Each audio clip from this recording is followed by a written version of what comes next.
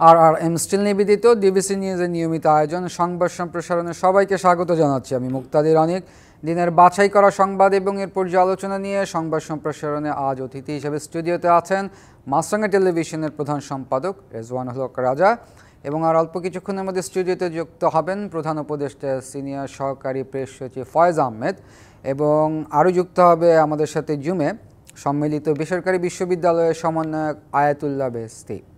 স্বাগত রেজওয়ানুল হক রাজা আপনাদের সংবাদ সম্প্রসারণে।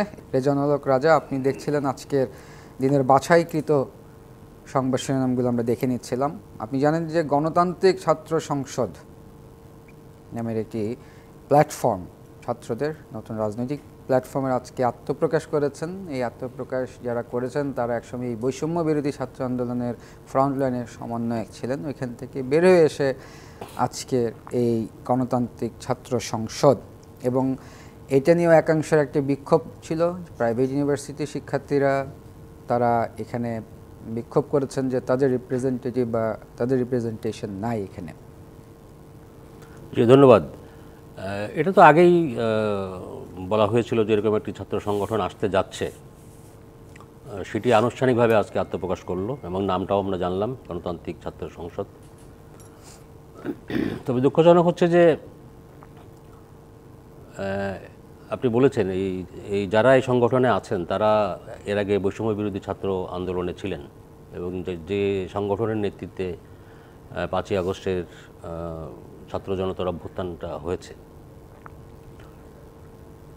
কিন্তু যেভাবে আজকে যে ঘটনাটা ঘটলো এটি খুবই অপ্রত্যাশিত এবং অনাকাঙ্ক্ষিত এবং দুঃখজনকও বটে। যে অভিযোগটা উঠেছে সেটি হচ্ছে যে প্রাইভেট বিশ্ববিদ্যালয়ের শিক্ষার্থীদের প্রপার প্রতিনিধিত্ব এখানে হয় নাই। এটা যদি হয়ে থাকে তাহলে তো দুঃখজনকই বলবো, কারণ আমরা সবাই জানি যে বেসরকারি বিশ্ববিদ্যালয়ের শিক্ষার্থীদের এই আন্দোলনে কেমন ভূমিকা ছিল। এক পর্যায়ে যখন ঢাকা বিশ্ববিদ্যালয় সহ সব পাবলিক বিশ্ববিদ্যালয় বন্ধ করে দেওয়া হয়েছিল আন্দোলন চলাকালে, তখন কিন্তু এই প্রাইভেট বিশ্ববিদ্যালয়ের স্টুডেন্টরাই কিন্তু মূলত এই আন্দোলনটাকে এগিয়ে নিয়ে গিয়েছিল। তো তাদের অবদানটাকে, তাদের ভূমিকাকে যদি এখন একটা খাটো করে দেখা হয় তাহলে তো সেটি দুঃখজনক বটে এবং তার বহিঃপ্রকাশ তো এরকমভাবেই ঘটবে। এর আরেকটা খারাপ দিক হচ্ছে, দেখেন আমরা এর আগে অতীতে দেখেছি ছাত্র দলের কমিটি করা নিয়ে বা ছাত্রলীগের কমিটি করা নিয়ে এই ধরনের অসন্তোষ, মারামারি, এটা আমরা দেখতে অভ্যস্ত ছিলাম। এখন এই বিপ্লবীদের কাছ থেকেও যদি একই ধরনের ঘটনা আমরা দেখি সেটি কিন্তু তাহলে আর পার্থক্যটা কোথায় থাকে? এটাই একটা দুঃখজনক। আমরা তো অনেক বড়, এই বিপ্লবীরাই অনেক বড় স্বপ্ন দেখিয়েছে মানুষকে যে সিস্টেমের পরিবর্তন হবে, রাজনীতির পরিবর্তন হবে, মানে মানুষের ছাত্রদের আচরণের মধ্যে পরিবর্তন আসবে। তো আমরা এই যে দেখেন, আপনি জানেন যে বৈষম্য বিরোধী ছাত্র আন্দোলন যেটি আছে সেটিরও বিভিন্ন জায়গায় অনেক কমিটি ঘোষণা করা হচ্ছে দেশের বিভিন্ন জায়গায়, কিন্তু মানে অনেকগুলি জায়গাতে আবার দেখছি আমরা এর বিরুদ্ধেও বিক্ষোভ হচ্ছে। সেখানেও ঠিক মানে তাদের ভাষায় যে যারা প্রাপ্য তাদেরকে সেই সমস্ত পদে বা তাদের মূল্যায়ন করা হয় নাই, এরকম আমরা দেখছি। চিটাগাংয়ে 3টা কমিটি করা হয়েছিল, ঢাকা, চট্টগ্রাম, উত্তর দক্ষিণ এবং চট্টগ্রাম, আরেকটা কথায় বিশ্ববিদ্যালয় সম্ভবত, 3টা কমিটি থেকেই সবাই পদত্যাগ করেছেন। তো এটি তো প্রত্যাশিত না। যারা মানে 15 বছরের 17 বছরের একটি স্বৈরশাসকের দলকে, সরকারকে যারা পতন ঘটাইল, যে ছাত্র শক্তি, যেটি অনেক বড় বড় রাজনৈতিক দল দীর্ঘদিন ধরে আন্দোলন করেও সে আন্দোলনে সফল করতে পারে নাই, সেই শক্তির যদি এরকম মিসইউজ হয় বা অপব্যবহার হয় বা অন্য জায়গায় ইউজ হয়, নিজেরা যদি আমরা মারামারি করতে থাকি, তাহলে তো মানুষের তো হতাশা বাড়বে। কিন্তু মানুষ কিন্তু অনেক আশা করেছিল এই শক্তির কাছে, এই বিপ্লবীদের কাছে। তো যাই হোক, তবে এটাও বাস্তবতা যে ধরেন এত বড় একটা ঘটনার পরে এই বিপ্লব বলি বা গণঅভ্যুত্থান বলি, যেটাই বলি, এইরকম একটা সিচুয়েশনের পরে কিছু বিশৃঙ্খলা হতে পারে। তো তারই রিফ্লেকশন বোধহয় আমরা এখন দেখছি, যেটি না হলেই ভালো হতো। তো আমার ধারণা যে সমস্যা মিটে যাবে এবং যে দাবিটা আপনার করা হয়েছে বিশ্ববিদ্যালয়, বেসরকারি বিশ্ববিদ্যালয়ের ছাত্রদের পক্ষ থেকে। আমরা নিশ্চয়ই, আপনি বলেছেন তাদের একজন নেতা আমাদের সঙ্গে যুক্ত হবেন, তার বক্তব্য শুনব এবং আমি আশা করব যে এটি হয়তো তাৎক্ষণিকভাবে বিক্ষোভের একটা বহিঃপ্রকাশ আমরা দেখলাম মধুর ক্যান্টিনে বা ঢাকা ইউনিভার্সিটির 3টা জায়গায় নাকি মারামারি হয়েছে পরপর। তো তাৎক্ষণিক উত্তেজনার বশে এটা হয়েছে। আশা করি যে নতুন কমিটি যারা নেতৃত্বে আছেন তারা এই বিষয়গুলি আমলে নেবেন এবং সবাইকে নিয়ে ইনক্লুসিভ একটা সংগঠন, এই ছাত্র সংগঠনটা দাঁড় করাতে পারবে। রেজানুল হক রাজু, ব্যাপারটা কি এমনই, ছাত্ররা এখন ছাত্রদের গ্রিপে নাই? ওয়েল, ছাত্ররা ছাত্রদের গ্রিপে নাই আমার কাছে না এত বড়, এত এইরকম সিরিয়াস কোনো এলিগেশন বা এরকম একটা কনস্পিরেসি আমার কাছে আমি সেটা বলতে চাই না। ছাত্রদের বয়স কত, অল্প বয়স, তাদের মধ্যে আবেগ বেশি, তারা আপনার নিয়ম মানতে চায় না, তাই না? তো এটা তাদের ধর্ম, এটা দোষের কিছু না। তো সে কারণে আর এত বড় একটা বিপ্লব ঘটানোর পরে সবার মধ্যে তাদের শক্তি সম্পর্কে আরও অনেক বেশি উচ্চাভিলাষী তারা হয়ে উঠেছে এবং তারা মনে করছে এটা যদি করতে পারি তাহলে তো আমরা অনেক কিছু করতে পারি। তাদের শক্তি অনেক বেড়েছে, এটা সত্য, তারা মনে করে। তো আর বয়স কম, আবেগ কাজ করে বেশি, সেই জন্যে মানে কিছু মানে মন মতো না হলে তারা এভাবে আউটবাস্ট করে। এটা তাদের বয়সের বা চরিত্রের বা শ্রেণীর ধর্ম। আমি আপনার সাথে আমার কাছে সেটা মনে হয় না যে তারা কারো ইন্ধনে, কারো উস্কানিতে বা এগুলি করছে। এটা আমার কাছে মনে হয় না। এটা ক্ষোভ, রাগ থাকতে পারে যদি আমি প্রপারলি আমাকে অ্যাড্রেস করা না হয় আমার পজিশনটাকে। আপনি যেটা বলছিলেন যে প্রাইভেট ছাত্রছাত্রীদের যে অবদান এই 5ই আগস্ট অভ্যুত্থানের, জুলাই আগস্টে আমরা যেটা দেখেছি, আপনি যেটা বলছিলাম যে ঢাকা ইউনিভার্সিটি, বিভিন্ন সরকারি ইউনিভার্সিটি যখন বন্ধ করে দিয়েছে, এই প্রাইভেট ইউনিভার্সিটির স্টুডেন্টরা, আমরা বাড্ডা দেখেছি, আমরা ধানমন্ডির জায়গা দেখেছি, উত্তরের জায়গা দেখেছি, সেই অর্থে প্রাইভেট ইউনিভার্সিটির মানে অবদানকে কি এক প্রকার অস্বীকার করার মতো? অস্বীকার করার মতো অবশ্যই না, এটা আমি শুরুতেই বলেছি। অবশ্যই এটি কিন্তু আমাদের উপদেষ্টাদের মধ্যে যারা এদের প্রতিনিধি হিসাবে আছেন সরকারে, তারাও কিন্তু স্বীকার করেন, বলেন। বৈষম্যবিরোধী ছাত্র আন্দোলনের যে বর্তমান কমিটিতে যারা নেতৃত্বে আছেন তারাও কিন্তু স্বীকার করেন এটা।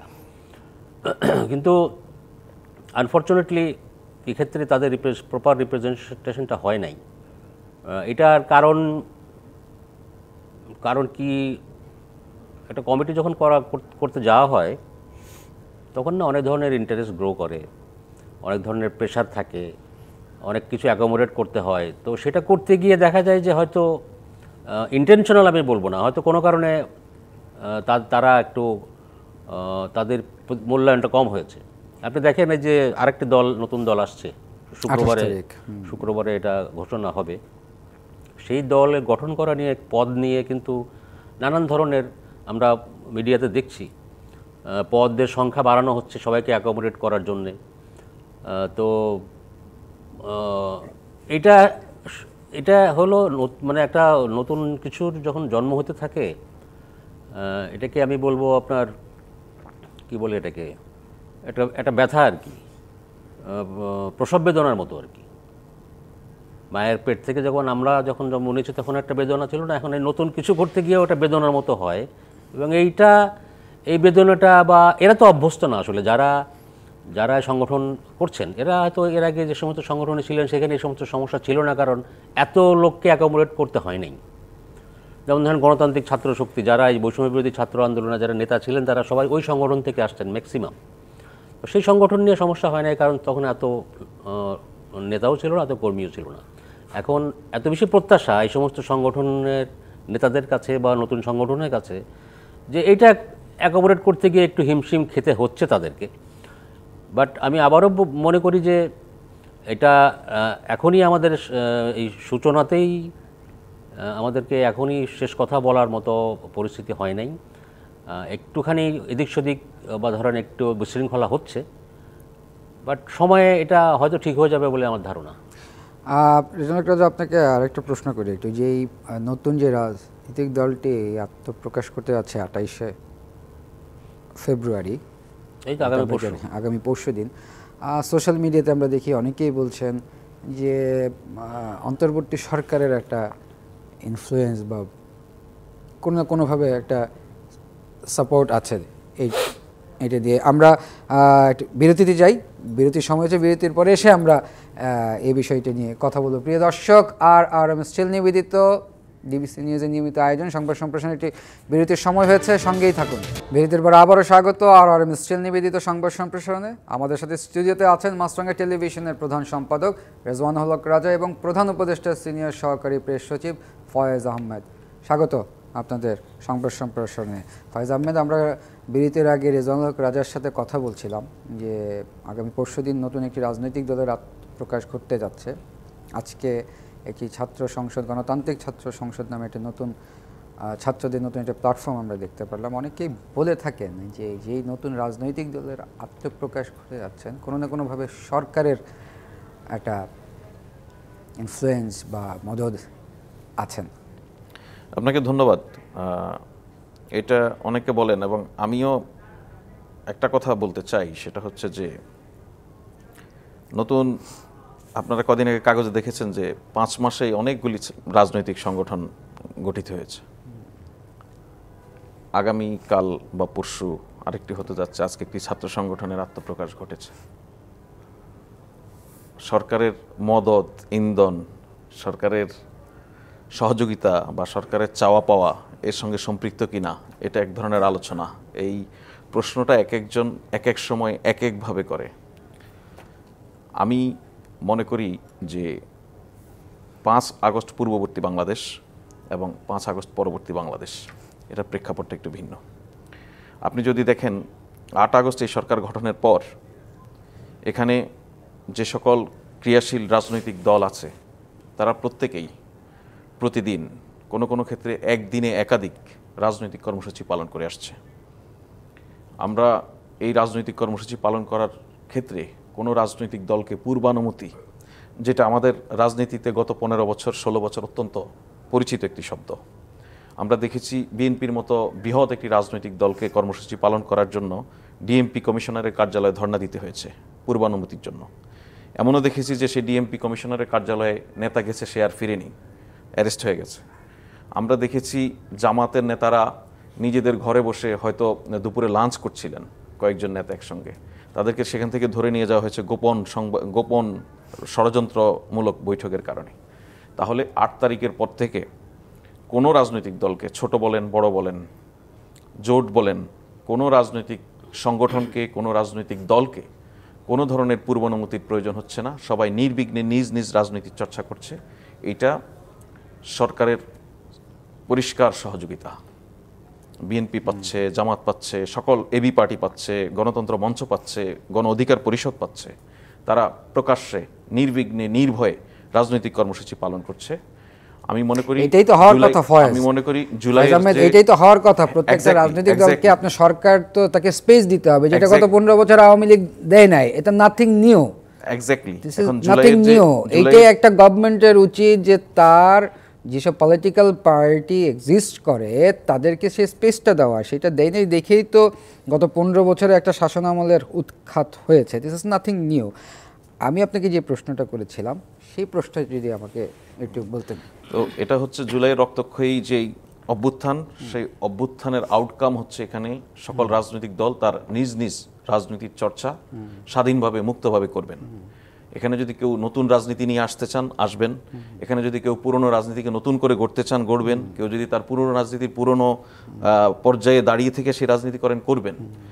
এইটাতে সকল রাজনৈতিক দলের, সকল ক্রিয়াশীল গণতান্ত্রিক রাজনৈতিক দলের সব ধরনের রাজনৈতিক চর্চায় সরকারের পূর্ণ সহযোগিতা সমর্থন রয়েছে। সরকার চায় সবাই রাজনৈতিক চর্চাটা গণতান্ত্রিক পরিবেশে মুক্তভাবে করবে। এখানে রাজনৈতিক স্বার্থেই হয়তো এক দল বলবে আরেক দল এই করছে কেন, আরেক দল বলবে অমুক দল কেন রাজনীতি করতে আসছে, এগুলি আমরা পুরোপুরি রাজনৈতিক ডিবেট হিসেবে দেখি এবং এই ডিবেটটাকে ইতিবাচক হিসেবেই দেখি। রাজনীতিতে সমস্ত ডিবেট থাকবে, প্রত্যেকের নিজস্ব ভোট ব্যাংক আছে।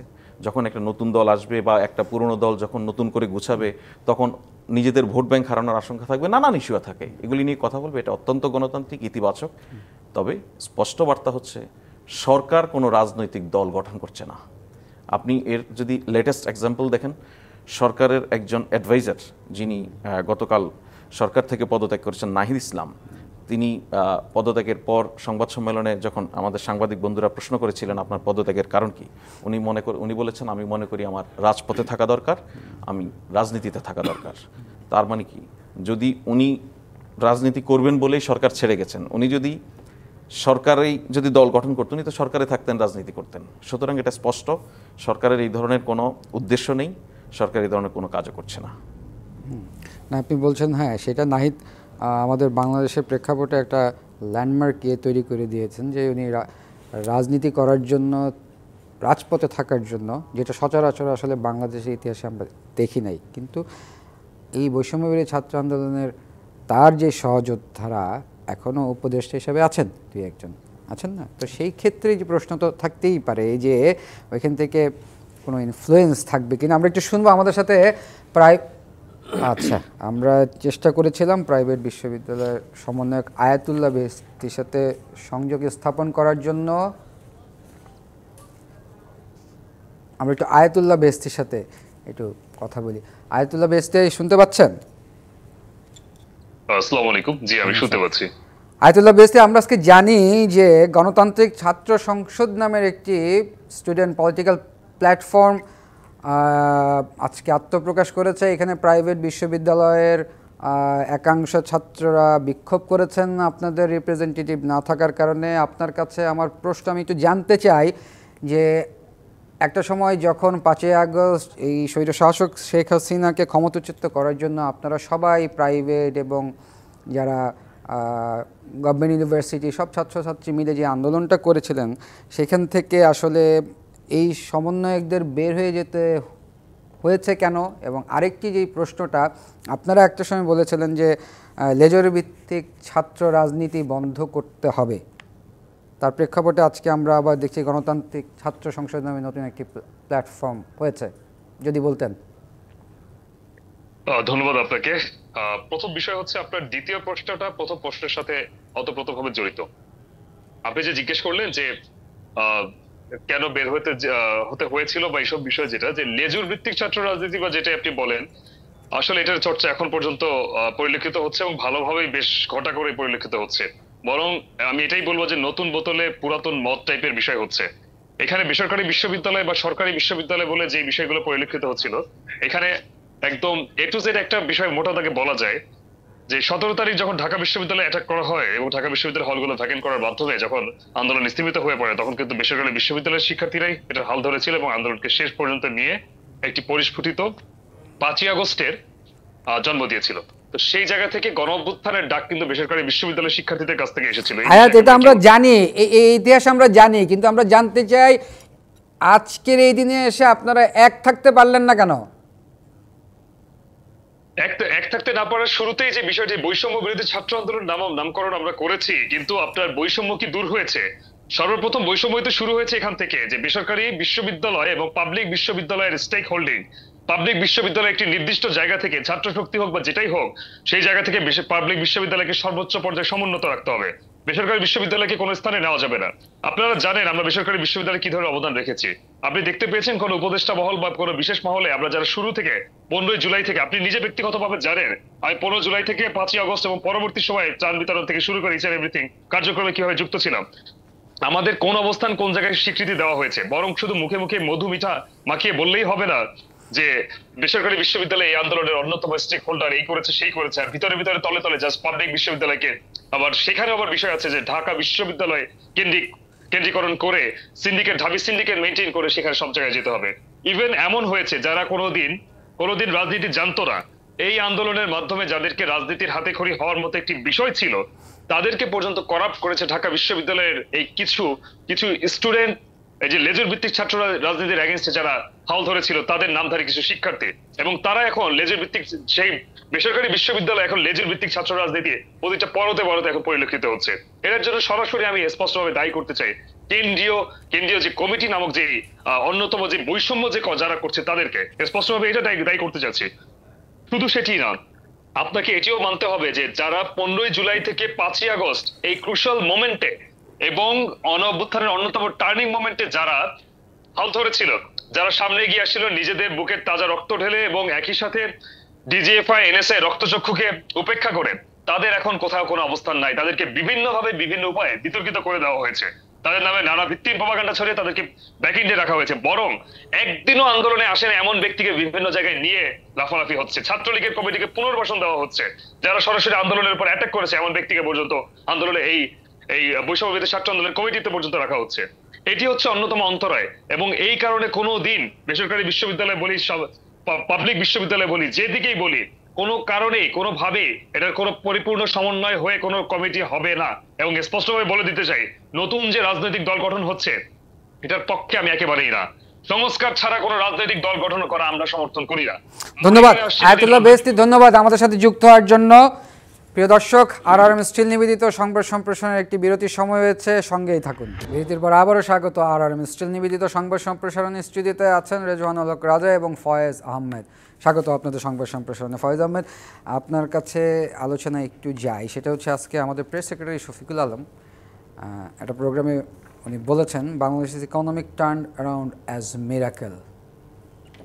ডেফিনেটলি আপনি অ্যাজ মিরাকেল, প্রথম কথা আপনাকে বলি যে সেটা হচ্ছে গত বেশ কয়েক বছর ধরে বাংলাদেশের অর্থনৈতিক পরিস্থিতি নিয়ে আপনারাই প্রচুর প্রতিবেদন প্রকাশ করেছেন এবং যদি খেয়াল করেন দেখবেন যে শেষ সময়ে ব্যাংকগুলিকে মার্চ করা, টাকা মানুষের না পাওয়া, ব্যাংক খালি হয়ে যাওয়া, এরকম লুটপাটের কারণে তো অর্থনীতি আসলে এক ধরনের ভয়ঙ্কর ভঙ্গুর অবস্থায় গিয়েছিল।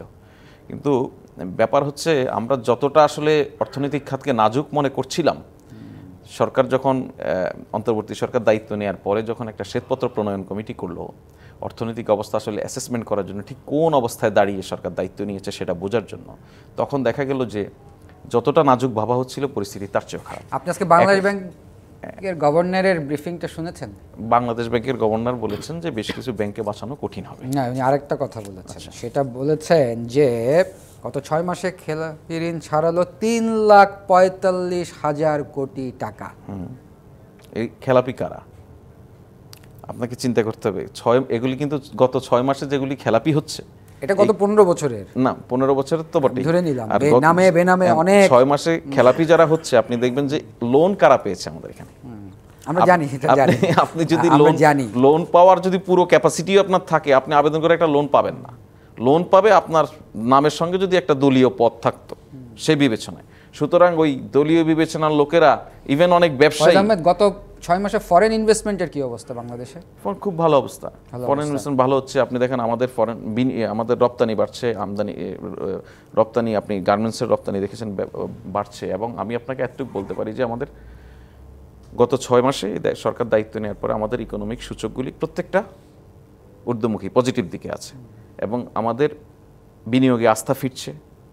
আমাদের ব্যবসায় এক ধরনের একটা গণঅভ্যুত্থান পরবর্তী যে ধরনের অনিশ্চয়তার মধ্যে পড়ে যায় সাধারণত, সেই ধরনের অনিশ্চয়তা তৈরি হয়নি এবং ব্যবসায়ীরা ধীরে ধীরে কনফিডেন্স পাচ্ছে।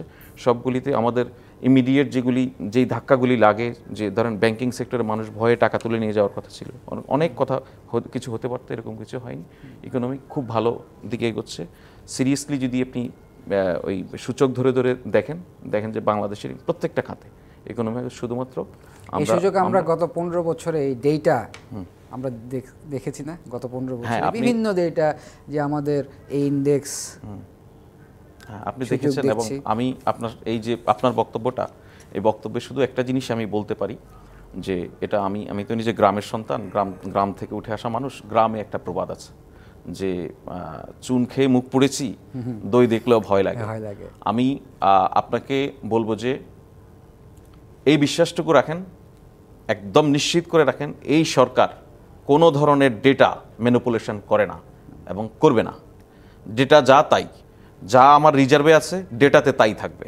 যা আমার ফরেন সার্ভিস, যা আমার আমদানি, যা আমার রপ্তানি, যেই সূচক বাংলাদেশের ইকোনমিকে দাঁড়াতে সহযোগিতা করবে। আপনি যদি একটা জিনিস বিবেচনা করেন, আমার বাস্তব অবস্থা যা নেই, আমি যদি ডেটা দিয়ে তা প্রমাণ করার চেষ্টা করি, এটা তো আমার মানুষকে তো ধোকা দেয়া না, শুধু আমার ইকোনমিকে ধ্বংস করে দেওয়ার একটা পায়তারা।